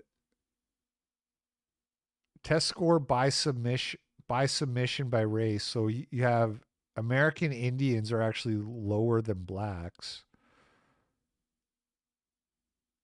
And then Asians way over here. This one is white. So white, slightly below, race and ethnicity unknown. 2 or more races. Must be a lot of Happas in there. Anyway, so shout out to that guy for doing it. Can't wait for nothing to happen to these schools. Every school is still doing this. Every school is still doing affirmative action illegally. So that's cool. And then enough about Black World, over to White World. Ohio polygamist allegedly ordered her husband and 4 lovers to kidnap, torture man for a week in sick revenge plot. An Ohio polygamist, her husband and her 4 lovers were thrown behind bars after they allegedly kidnapped and tortured a 26-year-old man held captive in a hotel room for a week in a sick revenge scheme hatched by the group's twisted matriarch. So that's her. So that's the woman at the center of the polycule. And then you have these 5 specimens who are all her lovers. Best looking polycule, by the way. Most attractive polygamy cult. Martina Jones, her husband and boyfriends, blah, blah, blah, arrested on March 22 for terrorizing the victim at a red roof. I just want to know why they did it. Why did they do it? Does this one have a video attached? Police arrested 6 people who they say kidnapped a man and then held him against his will at a hotel for over a week. 13 Action News reporter Matt Merchant joins us live now at that Red Roof Inn with what we've learned about the suspects today. Matt. Sasham, 6 different people are facing charges of assault and kidnapping of a 26-year-old man. I spoke to the police chief today. He told me that he believes the group was planning on leaving the area. So anyway, I still don't know the story, but I just have to get this off my mind. This chick right here, pussy was so good that all 5 dudes, none of them were like, nah, I'm out. Kidnap and torture a guy. None of them were like, no. Pussy was too good. These absolute specimens. But police were able to make their arrest before they got the chance. A mother raced to the Red Roof Inn on South Reynolds Road to help her son, who she was told was being held against his will. Maumee police were called to the hotel for a disturbance. On March 21st, an investigation began. It resulted in the arrest of 6 different people with charges ranging from felonious assault and domestic violence to kidnapping. Maumee Police Chief Josh Sprouse says the victim was transported between 2 locations, a room at Red Roof Inn and a home in Toledo, being held against his will. He was being essentially tortured, assaulted over the time frame of a week. His What did he do? Injuries were results of being struck with a baseball bat, fist, elbows, stomping on him when he was on the ground, which over time resulted in multiple fractured bones.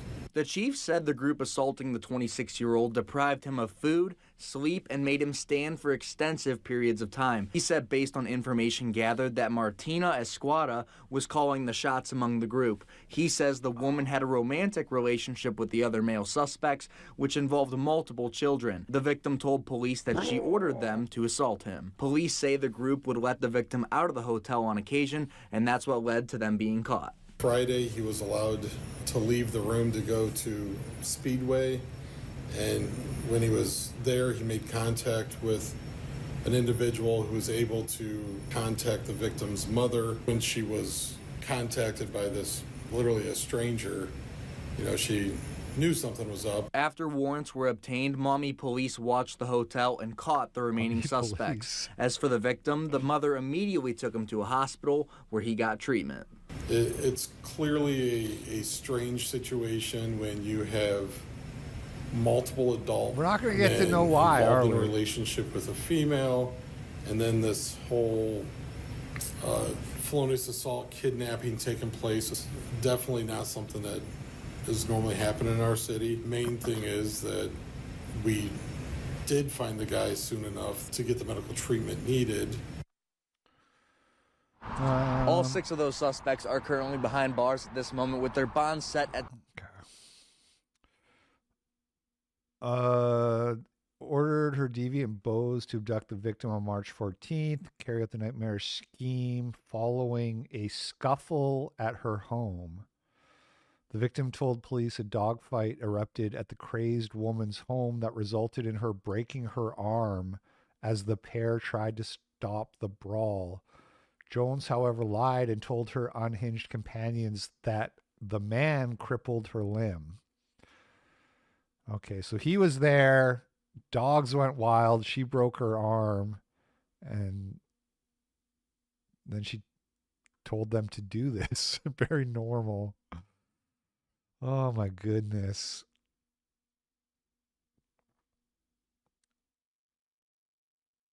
Anyway, all right.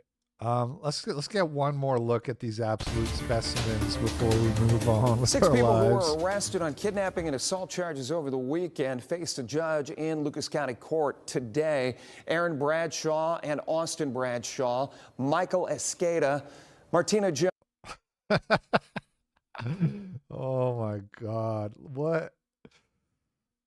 Again, not to be crude, but the pussy was too good for these guys to be like, you know what? I don't want to go to jail for my whole life over this.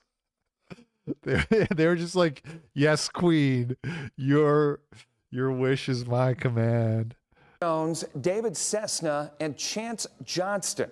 They were charged for allegedly assaulting and holding someone against their Cat will Respector for sent $5. Thank you, Cat Respector. Several days. Bond was set for all six. They were ordered to have no contact with the victim. Now, City of Maumee officials telling WTOL 11 the victim was assaulted at the Red Roof Inn on South Reynolds Road. Maumee officials also say the victim was a young adult male and that Toledo police are investigating a different location in Toledo. Okay. Candace Owens, this is Ian Miles Ching Chong. Candace Owens says nefarious Jews control the White House and are puppeteering Donald Trump and RFK Jr. to do Israel's bidding, and that these Jews are going to destroy free speech by rewriting the Bible. You can accept that or you cannot accept that, but it's just the reality. You've got the Human Health Secretary, RFK Jr., saying, oh, we have to declare this an epidemic. And what we're really talking about is people voicing opinions against Israel's policies on blowing up Palestinian kids. You can accept that or you cannot accept that. It is just the reality. And if you don't understand... Okay, well, that's already categorically different from what Ian Miles Chong said. He's talking about working for Israel's policies, and then he rephrased it as nefarious Jews. Yes, technically the same thing, but not all nefarious Jews are Israelis. You've got the Human Health Secretary, RFK Jr., saying, oh, we have to declare this an epidemic. And what we're really talking about is people voicing opinions against Israel's policies. Right, so they're saying anti-Semitism is somehow a health issue, which is already any normal person would just there would say something weird is going on here. Why is the health secretary talking about anti-Semitism and making anti-Semitism motions right out the gate? Whoa, RFK, he's going to ban vaccines and seed oils. And nope, sorry, best I can do is hunt down anti-Semites. And then Candace is saying the anti-Semites are just people who don't like the genocide that they've been watching for the last couple years, which is accurate, by the way. Blowing up Palestinian kids. You can accept that or you cannot accept that. It is just the reality. And if you don't understand how close... I hate Ian Miles Chong so much. I hate him so fucking much, man. We are inching to them destroying free speech. And once speech goes, everything else goes. Then you need to start paying attention. They are redefining anti-Semitism to even be parts of the Bible. They are saying that it is anti-Semitism, and the Trump administration is pushing this on college campuses, to even suggest that a Jewish person might be more loyal to Israel than they are to America.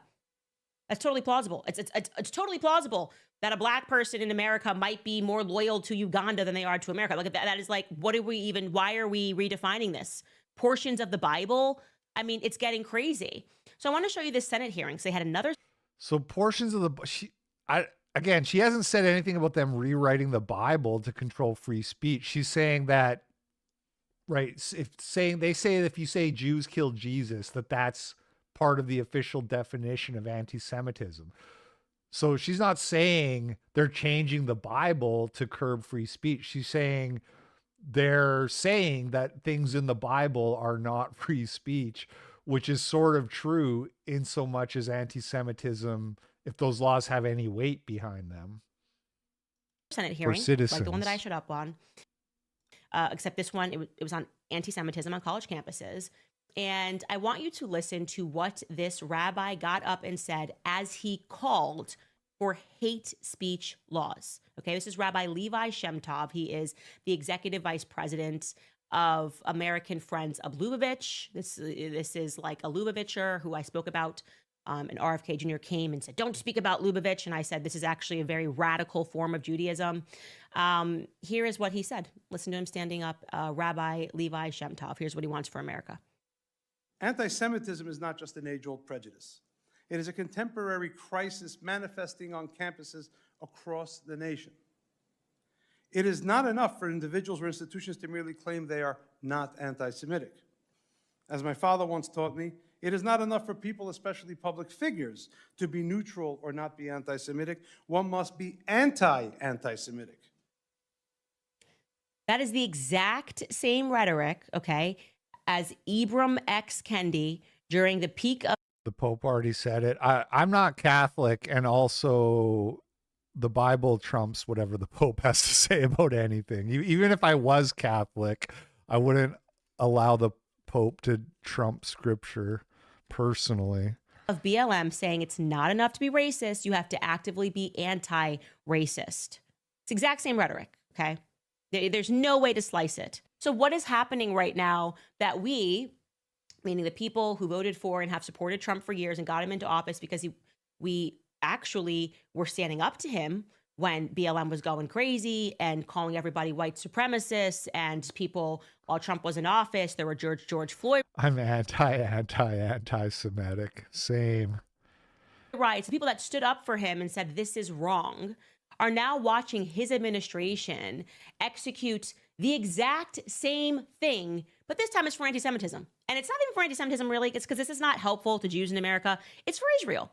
Like, it feels like Netanyahu is running the White House and Trump's just signing and doing whatever they say, right? It feels like Netanyahu should be sitting in the Oval Office as they demand hate speech laws and they get what they want. Every day they're announcing something that they're going to do to further support Israel. And that something is now looking to me like a detriment to American freedom.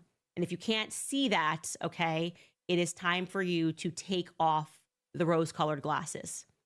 Because just because Trump was against all of this in 2016 does not mean that he does not have people that are around him who are for this. Everything she said in that clip is completely accurate. Ian Miles Chong totally misrepresented it. Sack of shit. And then Vincent James says, this clip will prove that Candace Owens is objectively correct when she says there's a secret cabal of Jews controlling the Trump. And well, she doesn't say it's a secret cabal. She says it's just literally Netanyahu. But putting that aside, let's see what's in this clip here. I would prefer a deal to the other alternative, which I think everybody in this play knows what that is. No, what is it? That's not going to be pretty, and I do not prefer that. Behind him, who's that guy behind him? That's Lutnick. Was that Lutnick? Yeah, Lutnick, right. That was Lutnick. One of the behind him. triumvirate. He's always there. He's always there in the shadows. There he is. Wait a second. That's like the meme. He is. That is That's the the meme. meme. We got it up. We got the meme up. So we've got Howard Lutnick over here, like kind of hiding half behind. In the shadows. Literally in the shadows. Behind the president, right? And then you can go to this anti-Semitic meme from like 1930. I've called it the triumvirate. Obviously, there's more than three people that are behind what's happening to the Trump administration. You know, it's sort of implosion, as I've called it. But there are three that I refer to as the triumvirate. Howard Lutnick is number one, and Howard Lutnick is running the Commerce Department. He is the executor or one of the executors of the Sovereign Wealth Fund. And who is Howard Lutnick? He's former CEO of Cantor Fitzgerald. He represents the Rothschild bankers. He represents Wall Street. The next is Witkoff. Witkoff is handling all of our foreign affairs. He is basically the shadow Secretary of State. And who does he represent? AIPAC. He represents the Israel lobby. And the third member of the triumvirate is Miriam Adelson. And Miriam Adelson needs no introduction, but she represents the Zionist banking class. that basically bought and bribed Donald Trump, or worse.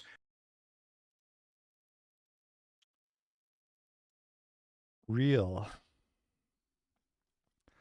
Hassan Piker agrees that the right-wing internet is going in a Nick Fuentes-style direction.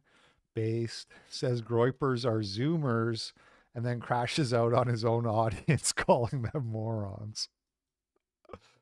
The Daily Wire may be facing some broader media trends that were out of his control. The energy on the right-wing internet is headed in an increasingly radical Nick Fuentes-style direction. And Boring and his crew look dull by comparison. Yup. Will is someone who tracks right-wing radicalism by his profession. This is what he has done, so he's way more tapped in than the average media personality on this sort of stuff, so he's right. He's right. Zoomers are Groypers. If you are under the age of 35 and you are you find yourself in the right-wing media landscape, you either are a person that considers themselves to be, did I say Will Neff? I meant Will Sommer. Will Sommer. I don't think I said Will Neff. Will Sommer, the fucking author of this article, the journalist. Oh my God, chatters. Jesus Christ. I have a fucking audience of morons as well. Holy fuck. He's just like me, for real. I just said Will. I didn't say last name. Will Sommer, the journalist. So, anyway, as I was explaining, as demonstrated by my fucking audience's like level of stupidity here as well, audiences are getting dumber and dumber, okay? They want dumb slop. You're so real for that one. Go off, King. All right. Pearl Davis suggests that Nick Fuentes ruined her life, then walks it back when Jews are mentioned.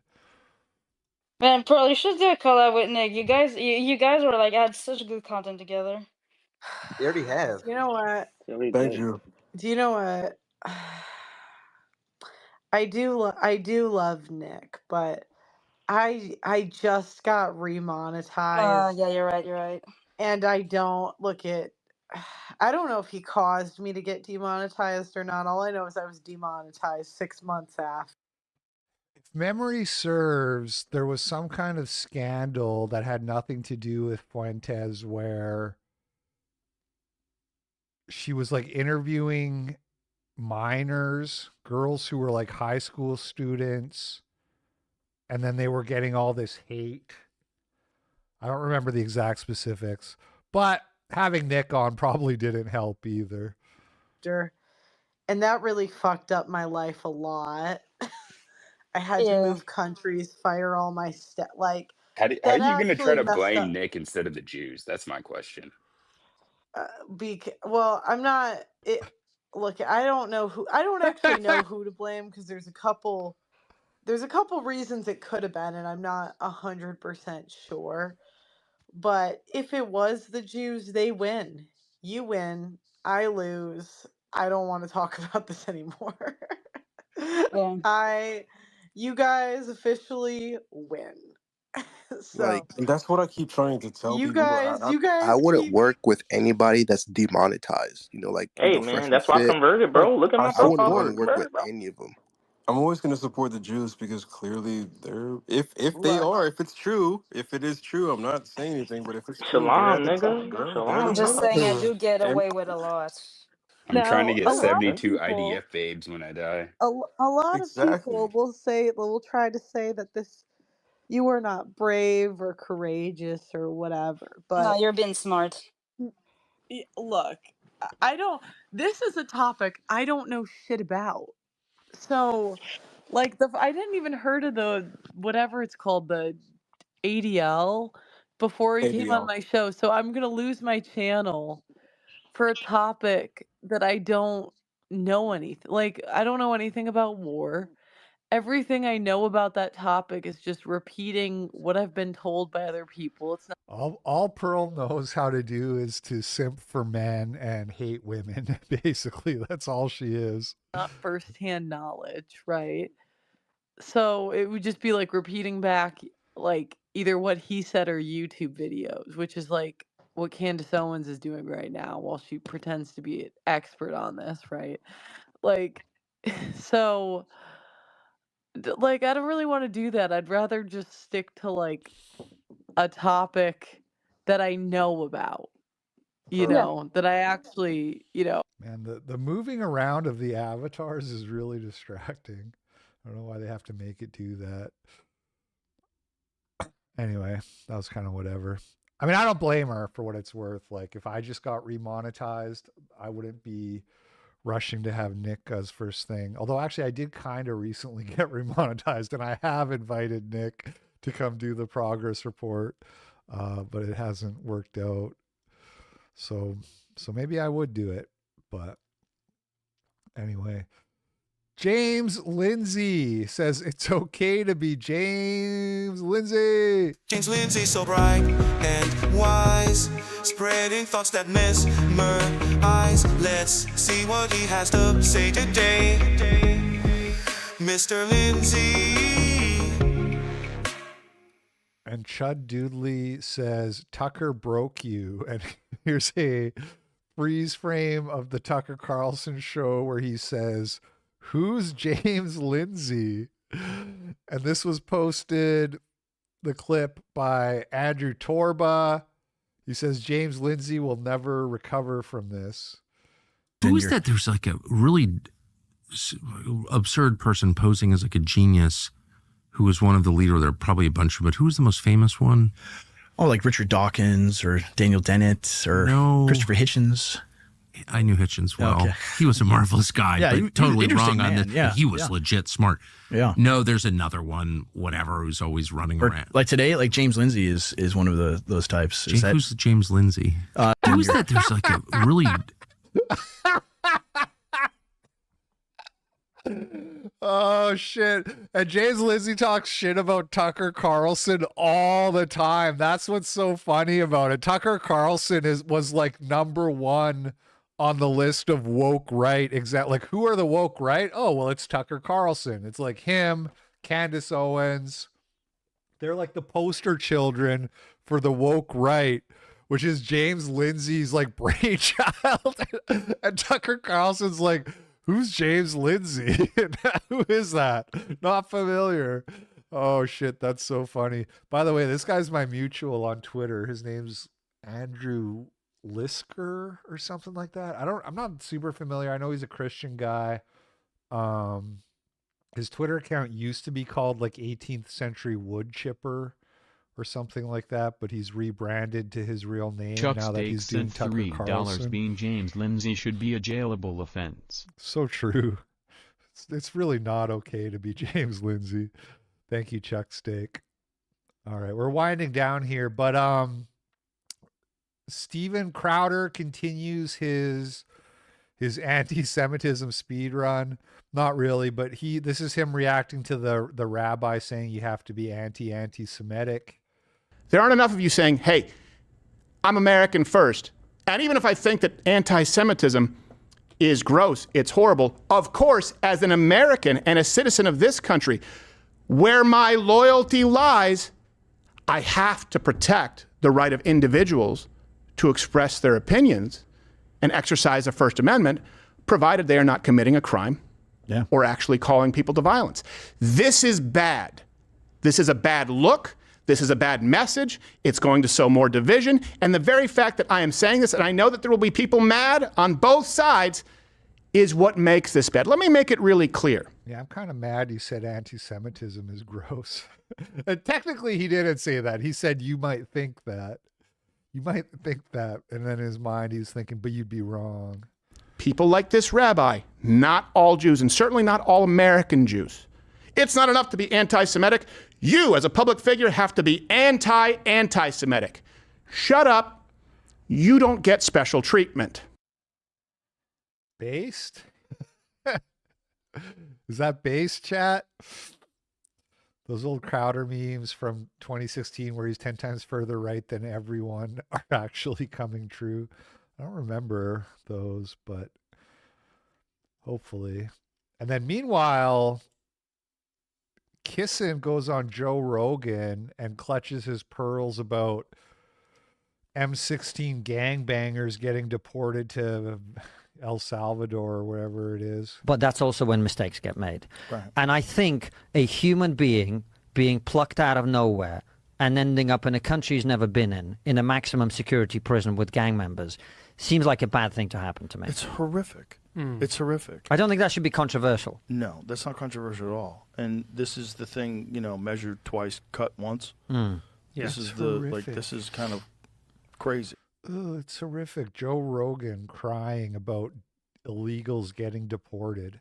That could be possible. That's horrific, and that's bad for the cause. Like, the cause is, let's get the gang members out. Everybody agrees. But let's not innocent gay hairdressers get lumped up with the gangs. He's gay, everybody.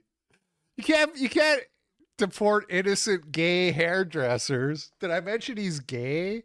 Aren't you horrified? Bro, if he's gay, he's gonna have the time of his life in prison, okay? He'll be fine. Look, man, here's the thing, okay? I support illegal invaders being executed. I support them being mowed down by machine gun nests at the border as they're trying to come in, because you are an invader. You're not supposed to be here. So, you got deported to El Salvador? You got off easy. You should be grateful you're still alive. And then, how long before that guy can get out? Can we figure out how to get him out? Is there any plan in place to alert the authorities that they've made a horrible mistake and correct it? Well, if you think about it from a government perspective, and I don't know really all the details on why they send people to El Salvador, but I think part of it has to do with when they don't know where to send you. That's just where you go, is jail in El Salvador, in Bukali's mega prison or whatever. However you say that guy's name. But so Joe Rogan's like, man, how do we get that illegal back in America? How do we fly him back here where he's not supposed to be on the taxpayer dollar, which, by the way, he's in jail still on the taxpayer dollar. America's paying to house these people in jail. But it's so fucking crazy. Like, he's not supposed to be here, man. You're acting like it's some terrible mistake that an illegal got deported. This is the problem with most people who say that they're, these fucking people who say shit like, oh, I love legal immigration, I just don't like the illegal immigration. They don't have the stomach to even deal with the illegals. this is where I think it gets quite sinister, is once you've done that, the incentive structure is never going to be to admit that and deal with it. The incentive structure is to say nothing, to cover it up, to pretend it didn't happen, right? That is horrible. So someone ends up in a black hole.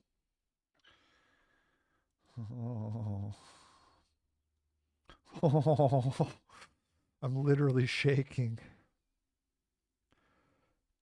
Tyson Hockley asked Jordan Peterson if the theory of Jewish Zionists controlling the world is true. I don't know who Tyson Hockley is. Nice to meet you. How are you doing? Good. How are you? What's your name? Tyson. I'm a podcaster. I did an interview with Andy. I see. Yeah. So I was wondering, would you be down just to do like a quick, like one question interview for my channel? Like just one question. Okay.